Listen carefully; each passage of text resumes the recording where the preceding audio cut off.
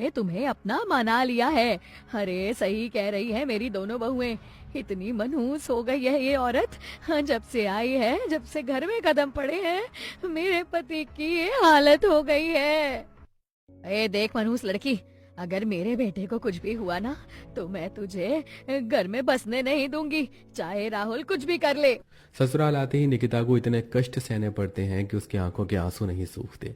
और इसी तरह 2 दिन बीत जाते हैं और घर वालों को नाराजगी देखकर निकिता को अपने मायके के दिन याद आते हैं। बेटा तू रो नहीं, तेरी वजह से तेरे पापा को कुछ नहीं हुआ था, वो सिर्फ एक हादसा था। तू ससुराल में जाकर अपने ससुराल वालों का बहुत ख्याल रखना बेटा, देखना तुझे तुझे बेटी से बढ़कर प्यार करेंगे। निकिता ये सब सोच ही रही होती है कि तभी राहुल आता है और निकिता उसके साथ हॉस्पिटल चलने की जिद करती है। राहुल, आपके साथ हॉस्पिटल चलना है मुझे भी। माँ और दादी आखिर कब तक अस्पताल में ही रहेंगी, वो थक जाएंगी। अच्छा ठीक है निकिता, तुम खाना पैक कर लो, हम हॉस्पिटल चलते हैं। भैया आज आप रहने दीजिए। राहुल के कहने पर अमित घर पर ही रुकता है और निकिता राहुल के साथ अस्पताल जाती है, जहां निकिता को देखकर शांति और आशा का मुंह बन जाता है। अरे ओ, तू यहाँ क्यों आई है? अरे मेरे बेटे को अभी तक होश नहीं आया है, तेरी वजह से हॉस्पिटल में एडमिट भी हुआ, तू यहाँ से जा।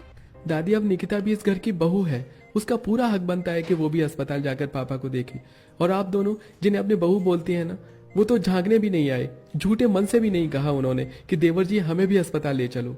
तू अपनी बीवी के लिए हमसे कितनी बगावत कर रहा है, पर सच तो ये है कि वो मनहूस की वजह से ही आज मेरे पति की ये हालत है। इनके गंदे पैर हमारे घर में क्या पड़ गए? अरे हमारे पति अस्पताल पहुंच गए। आशा और शांति बार बार निकिता को यह एहसास कराते हैं कि सब कुछ उसकी वजह से हुआ है। देखते ही देखते रात हो जाती है और निकिता सबसे हॉस्पिटल में रुकने की इज्जत करती है। माँ जी, दादी जी, आप दोनों थक गई होंगी, सारा दिन हॉस्पिटल में रहते हैं, एक रात घर जा करके आराम कर लीजिए ना। आज पापा जी के साथ मैं रह लूंगी। प्लीज राहुल जी, माँ जी को बोलिए ना। देखिए, यहाँ पर जिसको रुकना है वो जल्दी से डिसाइड करके बता दे, क्योंकि यहाँ 2 जने से ज्यादा अस्पताल में कोई रुकेगा नहीं।